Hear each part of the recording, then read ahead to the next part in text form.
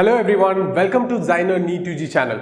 We have very important news from NMC. This is regarding the Graduate Medical Education Regulations of 2023. There has been an update, and in this video we are going to look at the update in eligibility, we are going to look at the update in counseling, and we are going to look at other changes in the regulation. So let's get started with the regulation which has been released. Okay.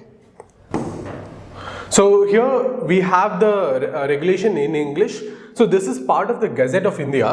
Okay. So here, there are a lot of points given here, but this is all more of general points. So we'll scroll down to admission and counseling.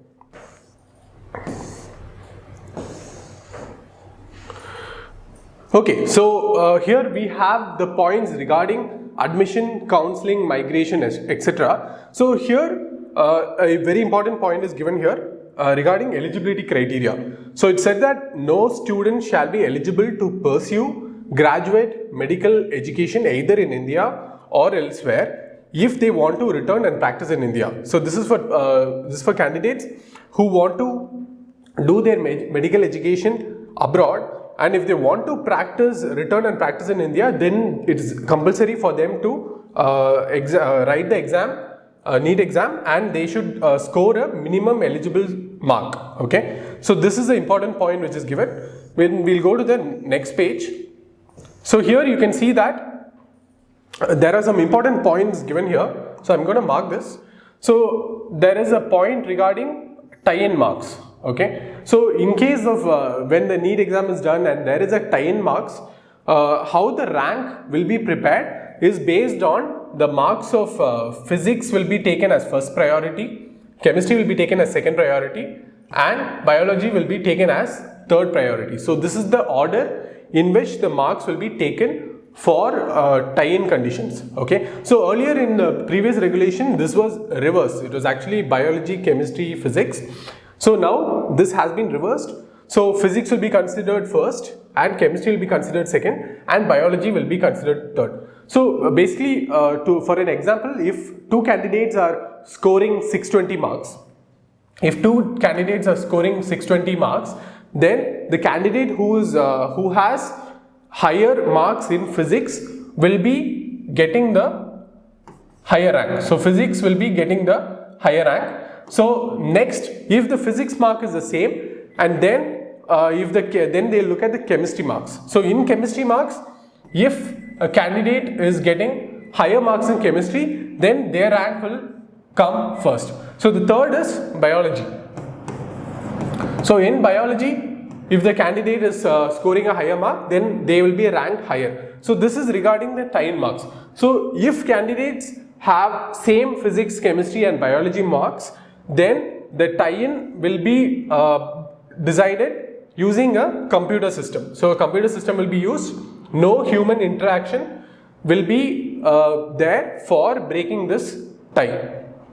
Okay. So the next is eligibility criteria for taking NEET exam. So let's look at what the eligibility criteria is. So here it's given that the candidate should have completed age of 17 years on or before 31st of January of that year. Okay. So in our previous regulation and in our information bulletin, it was given as 31st December. Okay. So there is some confusion here.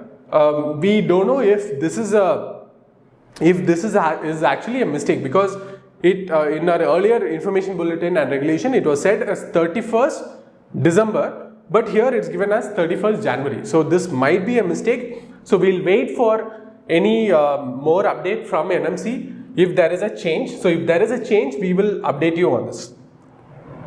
And the second point is the candidate has passed in +2 examination with subjects physics, chemistry, biology or biotechnology and English. So they should the candidate should have studied physics, chemistry, biology or biotechnology and English, and they should have passed in these subjects. But otherwise, we already know the eligibility for the NEET exam. If a candidate is general category, then they'll have to get 50% aggregate for physics, chemistry, biology. And if the candidate is from SC, ST, OBC, then they have to get 40% aggregate. So that is the eligibility criteria. So the 12th point, which is a very important point, it is said that common counseling will be conducted for medical UG graduates. So common counseling will be conducted. So a NEET exam will be conducted. After the NEET exam is conducted, a common counseling will be conducted.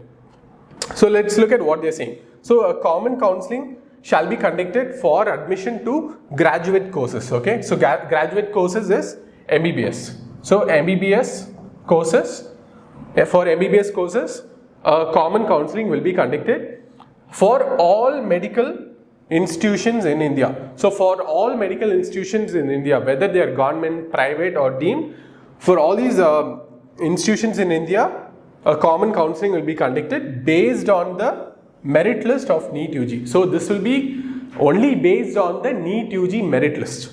Okay, so using the NEET UG merit list, a common counseling will be conducted.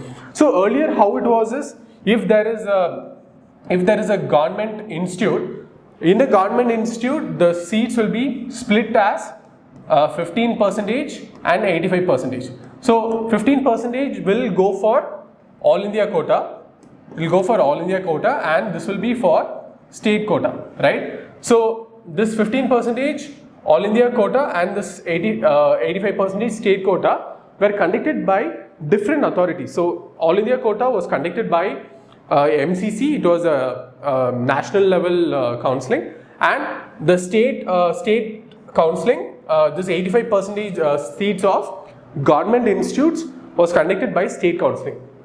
But now what is happening is, one body, maybe the NMC will assign a body which will conduct this counselling together. So this 15% which was there for all India quota and this 85% which the state was conducting will be conducted by NMC itself. That's what they are saying.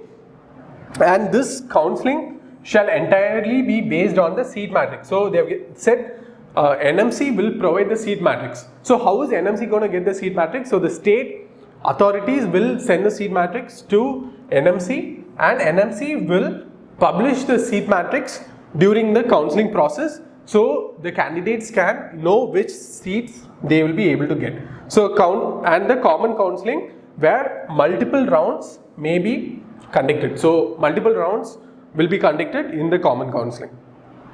Okay, so they have also said the UG, so undergraduate medical education board. So this is a new board which they have created. So they will publish the guidelines for the conduct of common counselling. So in case there is a common counselling for this year, then the UG MEB will release the guidelines for the common counselling and the designated authority. So far MCC has been conducting the counselling for all India. So this time we don't know if NCC is conducting or some other authority is conducting. So a designated authority will be created or they will be allotted to conduct this common counselling. So this is all the main points in this regulation regarding to the admission, counselling and eligibility. So if you have any queries regarding what we have discussed so far, please drop a comment below. And we also have a Telegram group. If you have any queries regarding the counselling, if you have queries regarding domicile status or reservation, you can always get in touch with us through the Telegram group. The link is in the description. And we will see you in our future videos. And if this is the first time you are watching our videos, don't forget to subscribe. Thank you. Bye.